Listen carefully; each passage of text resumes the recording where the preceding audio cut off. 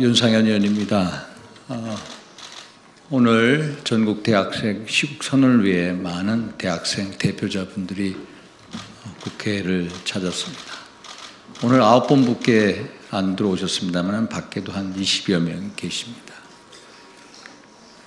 지난 12.3 비상기업 또 대통령의 탄핵, 구속 사태에 이르기까지 거대 야당의 무분별할 폭주가 윤석열 정부의 기능을 마비시켰을 뿐만이 아니라 대한민국의 자유민주주의, 법치주의를 뿌리채 흔들고 있다는 것을 느꼈습니다. 그래서 우리 사회에 양심이자 미래의 주역인 대학생분들이 용기 있게 나서서 저를 찾아왔습니다. 그래서 오늘 이렇게 선언을 하게 됐습니다. 이분들의 목소리는 단순히 외침이 아니라 대한민국의 자유민주주의를 바로 지켜주고 또 법치와 정의를 바로 세워달라는 시대적 사명을 띤 목소리이자 외침이라는 것을 꼭 알아주십시오. 그래서 우리 연세대학교 우리 박준영 학생부터 시작해서 몇 분이 이제 시국 선언을 낭독하도록 하겠습니다. 우리 박준영 학생 먼저. 안녕하십니까. 저는 한양대학교 재학생이자 전국대학교 시국선언 연합협력체 자유대학의 대표 김준희입니다. 시작에 앞서 그동안 대한민국의 자유민주주의를 위해 노력해주신 모든 국민 여러분들께 감사의 말씀 전하겠습니다. 저희 대학생들은 탄핵을 반대하며 대한민국 자유민주주의와 정치의 정상화를 촉구하는 목소리를 내기 위해 이 자리에 모였으며 3.1절 전국대학생 시국선언 대회 및 행진을 준비하고 있습니다. 현재 대한민국은 국가위기 상황입니다. 대통령과 그 권한대행을 포함하여 국가 핵심 인사 29명이 탄핵 소추되는 초유의 상황이 발생하였습니다. 거대 야당의 입법 폭주는 멈추지 않고 사법부의 공정성에 대하여 많은 대학생과 국민들이 신뢰를 잃어가면서 삼권 분립이 흔들리고 있습니다. 대통령께서 직접 말씀하신 선관위의 투명성 또한 보장되지 않고 있습니다. 대한민국의 몇몇 언론들은 진실을 전달하지 않으며 선동의 매체로 사용되고 있습니다. 우리는 대한민국을 위해 그리고 우리 대학생들의 미래를 위해 이러한 국가의 안정을 위협하는 행위를 지속하는 것은 결코 용납할 수 없음을 천명하는 바입니다. 우리는 입법부와 사법부, 언론을 포함한 국가기관들에게 다음과 같이 요구합니다. 첫째, 대한민국의 정치인들은 자신의 정치적 이득을 위한 정치가 아닌 국가와 국민을 위한 정치를 하십시오. 둘째, 사법부는 법과 양심에 따라 재판을 진행하고 판결을 내리십시오. 셋째, 선관위는 당장 합리적인 근거를 들어 국민들의 의혹을 해소하십시오. 넷째, 대한민국의 언론인들은 진실만을 전달하고 선동적인 보도를 멈추십시오. 이어서 서울대 이기쁨 학우님, 이화여대 김수아 학우님, 연세대 박준영 학우님, 그리고 고려대 유찬종 학우님께서 위의 내용들을 자세히 설명드리겠습니다. 감사합니다. 서울대학교 이기쁨입니다. 더불어민주당을 포함한 야당 국회의원들은 윤석열 대통령 취임 이후 178회 대진 요구와 입법 폭주, 일방적인 예산 삭감, 그리고 현재까지 29차례 줄탄핵 등으로 대통령의 대화와 타협을 거부하면서 대한민국의 자유민주주의를 퇴보시켰습니다. 또한 간첩법 개정안을 반대하여 중국 국민이라면 누구라도 자유롭게 간첩질을 할 수 있는 나라로 만들었습니다. 그뿐 아니라 대한민국을 마약 소굴로 만들고 경찰이 치안 유지를 하기 힘든 나라로 만들어가고 있으며 노란봉투법, 국회증언법, 포괄적 차별금지법과 양곡관리법 등의 악법들을 통과시키려 합니다. 민생회복이라는 겉만 번지르르한 명목으로 원하지도 않는 지원금을 뿌려 청년들에게 이자가 얼마나 될지도 모르는 빚을 강제로 지게 하려 합니다. 우리는 그따위 푼돈에 우리의 미래를 팔고 싶지 않습니다. 우리 청년들이 원하는 나라는 일하지 않아도 살 수 있는 나라가 아닌 정당한 노력에 대한 정당한 대가가 주어지는 나라입니다. 더불어민주당 출신의 대통령은 대한민국 영토를 불법으로 점거하고 있는 불법 집단의 소장에게 대한민국의 국가 기밀을 담은 USB를 전달하였습니다. 북한이 싫어서 목숨을 걸고 탈북한 대한민국의 국민 2명을 강제로 북송시켜 사형에 처해지게 하였으며 서해에서 피랍된 대한민국의 공무원이 비살되고 불에 태워진 채 바다에 버려져도 자진월북이라며 북한에 어떠한 항의도 하지 않았습니다. 또한 사드 배치에 대한 정보를 중국에 유출하였습니다. 더불어민주당의 강력한 지지 세력인 민주노총과 대진연의 홈페이지에는 김정은을 찬양하는 글들이 올라옵니다. 실제로 민주노총의 핵심 간부 중에는 북한의 지령을 받은 간첩들이 존재했던 것이 밝혀졌습니다. 또한 더불어민주당 국회의원 중 41%가 전과를 가지고 있으며 법여권 국회의원 192명 중 22명이 국가보안법을 위반한 전적이 있는 자들입니다. 이들은 국보법의 폐지를 주장하고 있으며 주한미군을 철수시켜 대한민국을 전쟁의 위협 속으로 쳐넣으려 하고 있습니다. 또한 자신들의 죄를 덮기 위해 국민이 뽑은 대통령을 죄인으로 몰아가고 있습니다. 카카오톡, SNS, 유튜브 검열 등으로 국민의 기본적인 자유권을 침탈하고 국민들이 서로를 감시하게 만들었습니다. 자신들과 생각이 다르다는 이유로 국민들을 고발하였으며 국민의 절반을 극우, 내란 동조자, 쓰레기로 칭하기까지 했습니다. 이것이 정말 대한민국의 정당이 맞습니까? 제가 보는 지금의 야당은 범죄자 소굴이며 북한과 중국을 위해 존재하는 정당으로밖에 보이지 않습니다. 저희 학생들과 청년들은 이제 절대로 대한민국의 자유민주주의를 파괴하는 거대 야당의 불법적인 행태를 좌시하지 않을 것입니다. 다음으로 이화여대 김수하국께서 이어가시겠습니다. 존경하는 국민 여러분, 안녕하십니까? 이화여대 재학 중인 김수아입니다. 저는 오늘 대한민국의 법치주의가 훼손되고 있는 현실을 고발하기 위해 이 자리에 섰습니다. 사법부와 헌법재판소는 국민의 신뢰를 바탕으로 법과 정의를 수호해야 하지만 오히려 불공정한 판결과 정치적 편향성으로 법치를 무너뜨리고 있습니다. 첫 번째, 대법관의 중앙선관위원장 겸직 문제를 규탄합니다. 우리나라는 대법관이 중앙선거관리위원장 업무를 겸직하고 있기에 부정한 일들이 발생해도 권력을 견제할 수가 없습니다. 실제로 노태학 대법관이 중앙선거관리위원장을 겸임했을 당시 1200건의 고위직 자녀 채용 비리에 성역 없는 수사를 받겠다고 밝혔다가 돌연 중선관위 회의 이후 의혹과 관련돼 감사원의 감사를 거부하기도 했습니다. 천대엽 조재현 대법관은 부정선거 의혹 관련 재검표 상황을 비공개로 진행하고 사진을 찍지 못하게 하거나 민윤숙 대법관은 재판 자체를 거부했습니다. 이렇듯 균형과 견제가 이루어지지 않으면 권력은 반드시 부패하고 맙니다. 두 번째, 헌법재판관들의 정치적 편향성과 공정성 상실을 규탄합니다. 현재 탄핵을 심판하는 헌법재판관 8인 중 3인은 우리법연구회 혹은 국제인권법연구회 소속입니다. 그중 이미선 재판관의 가족은 윤석열 대통령 퇴진 특별위원회 위원장 재직, 정기선 재판관의 남편은 윤석열 대통령 탄핵 시국선언에 동참했으며 문영배 재판관은 야당 대표와의 개인적 친분이 드러나 큰 논란이 되었습니다. 공정하게 재판을 진행해야 할 재판관들의 정치적 편향성이 의심받고 있으며 공정한 재판을 위해서 재판관들은 재판 기피 신청을 하십시오. 세 번째, 사법부의 이중잣대 문제를 규탄합니다. 거대 야당 대표의 범죄 혐의에 대해서 검찰은 구속영장을 청구했지만 법원은 제1여당 대표로서 공적 감시와 비판의 대상이며 피의자의 방어권 보장이 중요하다는 이유로 검사의 영장을 기각했습니다. 그러나 공수처는 윤석열 대통령에게 구속영장을 청구하며 확신범으로 지칭하고 증거인멸과 재범 및 도주 우려를 주장했으며 법원도 증거인멸의 우려가 있다며 대통령에 대한 구속영장을 발부했습니다. 현직 대통령이기에 도주 우려도 없고 이미 관련자에 대한 수사가 거의 완료되었거나 기소된 상태였음에도 불구하고 사법부는 무죄 추정의 원칙과 불구속 수사 원칙을 지키지 않았음을 비판합니다. 더불어 오늘은 윤석열 대통령님의 최후 변론이 있습니다. 중대한 탄핵 심판에 있어 국민의 신뢰를 얻기 위해서는 충분한 심리와 공정한 절차가 보장되어야 할 것입니다. 모든 국민이 지켜보고 있으니 법과 공정에 부합한 심리를 하시기를 바랍니다.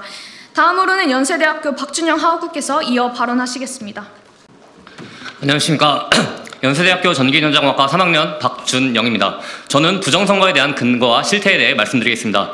부정선거에 관하여 대통령께서는 3가지 주장을 펼쳤습니다. 첫째, 부정선거를 의식케 하는 증거가 너무 많다는 것. 일부의 예시로 개표와 재검표 과정에서 발견된 빳빳한 투표지, 배춧잎 투표지, 일장기 투표지, 관리관 도장이 없는 투표지 등이 있고 사전투표와 본투표에서 보이는 민주당과 보수당의 기형적인 득표율 차이 등이 있습니다. 이처럼 부정선거를 의심할 만한 정황이 많음에도 불구하고 선관위는 이를 묵살하고 있습니다. 둘째, 선관위의 시스템은 허술하고 조작 가능성이 크다는 것입니다. 보안 점수가 낮고 전자개표기에 오류 정황이 있는 점을 고려할 때 선관위의 전산 시스템은 해킹과 조작에 무방비한 상태라는 것입니다. 선관위는 투표자 수와 실제 투표자 수가 일치하는지 확인하는 검증조차 거부했습니다. 셋째, 부정선거는 거대한 세력 없이 불가능하다는 것입니다. 디지털 조작과 가짜 투표지 조작 가짜 투표지 투입 같은 방식으로 이루어지는 부정선거는 한 정치 세력이 단독으로 추진할 수 있는 일이 아닙니다. 그리고 현재 국민들은 그 배후의 핵심을 중국 공산당이라고 의심하고 있습니다. 따라서 중국에서 한국 선거 개입이 있었는지 없었는지 철저하게 조사해야 합니다.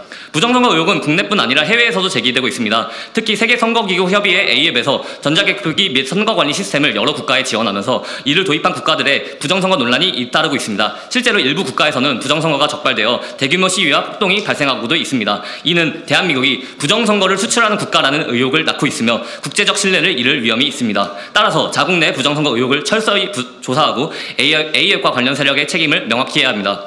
현재 많은 기관에서 부정선거를 감추려듭니다. 야당은 부정선거 의혹을 전면 부인하고 있으며 대다수 여당 의원 역시 이를 회피하고 있습니다. 선관위는 선거인단 명부 및 서거 공개를 거부하고 있고 헌법재판소 또한 이에 대한 증거 신청을 기각했습니다. 주요 언론인 MBC와 KBS는 다큐멘터리 제작을 통해 부정선거를 검증해달라고 외치는 청년들을 음모론자라고 몰아갔고 SBS 또한 이러한 청년들을 극우라고 지칭하면서 저희를 인터뷰하려 했습니다. 유튜브 코리아는 부정선거를 알리는 영상들이 퍼져나가지 못하게 알고리즘을 통제하고 있습니다. 따라서 저희는 이 문제를 회피하고 감추는 모든 기관에 대해서 철저한 국정조사를 요구하며 부정선거 특검을 반드시 진행해야 한다 주장합니다. 끝으로 고려대 대표 유찬종하고가 이어서 마치겠습니다. 고려대 23학번 재학생 유찬종입니다. 저희는 고려대학교 시국선언 과정에서 경찰 측과 학교 측과 충분히 협의하여 합법적인 절차를 준수하여 탄핵 반대 시국선언을 진행하였습니다. 그러나 탄핵 찬성 집회 행태는 이와 달랐습니다. 저희가 먼저 대관한 장소를 학교 측과 상의 없이 불법 점거하였으며 저희 장소를 양보했음에도 불구하고 학교 측에서 대관이 불가능하다고 명확히 공지한 중앙광장으로 무단 진입하였습니다. 캠퍼스 폴리스 분들이 이분들을 막으려고 하였으나 탄성 찬성 집회 측은 물리력을 행사하여 중앙광장을 강제로 들어갔습니다. 이런 모든 행위는 명백히 불법이었습니다. 저희의 합법적인 탄핵 반대 집회는 지속적으로 반행을 받았습니다.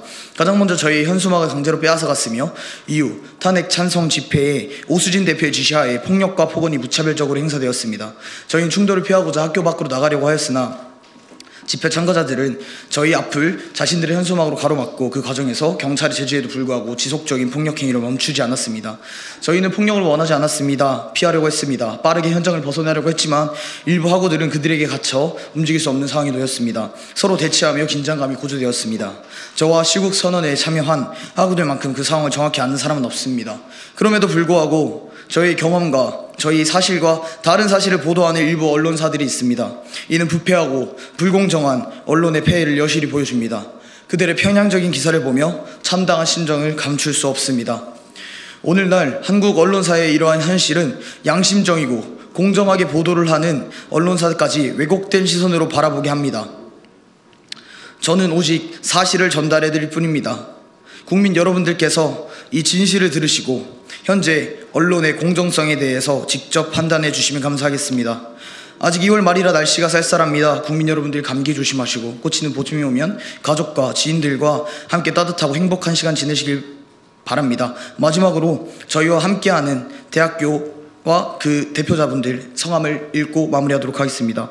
건국대 박소연, 고려대 박재현, 고신대 김혜원, 경북대 배현우, 광주대 조태희, 전북대 이사야, 전남대 박지원, 중앙대 이승재, 충남대 김정범, 총신대 김도원, 숭실대 이형민, 서울대 김민섭, 서울시립대 이용우, 영남대 김태후, 인하대 정대교, 한국외대 하태원, 한동대 김태범, 한성대 문기업, 한양대 장수영. 이상입니다. 경청해 주셔서 감사합니다. 좀 전에 우리 전국 대학을 대표하는 우리 대표자분들이 오셨습니다. 총 29번이 찾아왔고요. 또 여기 계신 분들이 저와 같이 기자회견을 했습니다. 나머지 분들은 여기 일찍에 있고요. 저는 오늘 이분들하고 이렇게 처음 상견례를 했습니다. 대학생들 이분들이 자발적으로 이렇게 시국선언을 하게 되고 탄핵 반대 또 자유민주주의 법치 수호를 위해서 이렇게 나섰다. 그래서 제가 오늘 이런 자리를 만들었습니다. 혹시 질문 같은 거 있으세요?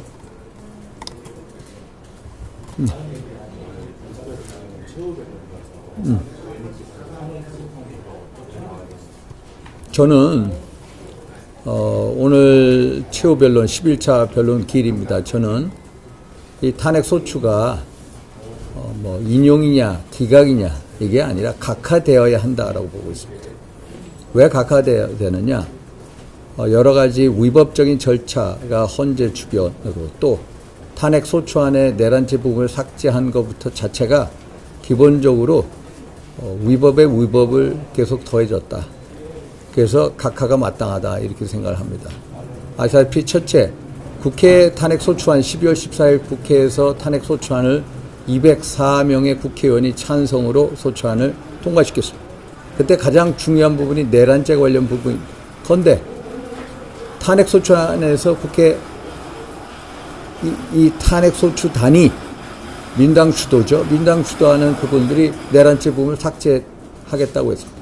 그러면 가장 중요한 사유가 없어진 겁니다.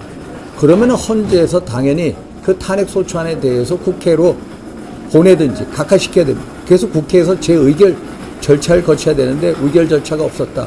저는 그래서 현재 국회 탄핵 소추단을 한마디로 권한 없는 탄핵소송 대리인단이다. 그래서 민사소송법, 민법에 의해서 이분들은 대리권을 남용하고 있다.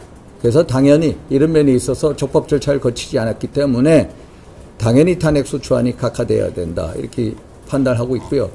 특히 헌법재판소 변론 과정에서 지난번 우리 허영 우리 경희대 명예교수님께서 지적하신 대로 10가지에 달하는 위법 사례가 있습니다.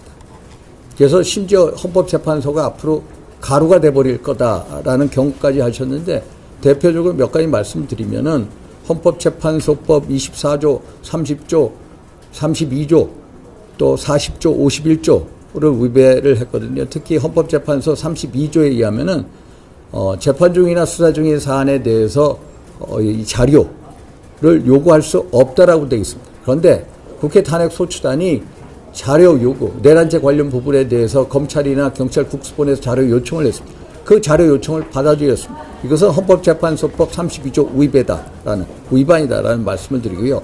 헌법재판소법 40조를 보면은 탄핵 심판을 할 때는 형사소송법의 규정을 준용하도록 되어 있습니다. 그러면은 변론 기일 지정을 할 때도 반드시 피고인이나 피의자의 변호인들하고 상의를 하게끔 되어 있습니다. 그런데 상의를 거친 절차는 딱 1, 2차 변론 기일밖에 없고 나머지는 헌재에서 일방적으로 기일 지정을 했고요. 이보다도 더 중차대한 헌법재판소법 40조 위반 사례는 우리가 2020년 형사소송법이 개정이 됐습니다. 형사소송법이 개정이 돼서 검찰 등 수사기관에서 진술한 조서가 있을 때 재판에서 본인이 부동의했을 경우에 증거 능력을 상실한다라고 명백하게 규정이 되어 있습니다. 그게 2020년도에 그 바뀐 형사소송법입니다. 그런데 그 형사소송법의 규정이 바뀌었는데도 검찰에서의 어떤 진술에 대해서 이 주요 증인들이 이것은 내 뜻이 아니다라고 했는데도 그것을 증거 능력을 인정을 해서 이것도 헌법재판소법 40조 위반이다. 그리고 특히 가장 중요한 것은 헌법 77조에 나와 있는 비상계엄의 발동 사유입니다. 비상계엄의 발동 사유는 전시사변 예준한 국가 비상사태인데 이런 비상계엄에 발동할 수밖에 없는 배경이나 사유에 대해서 충분한 조사나 심리가 미진했다. 그래서 이런 여러 가지 이유에 따라서 저는 각하시키는 게 맞다라고 판단하고 있습니다.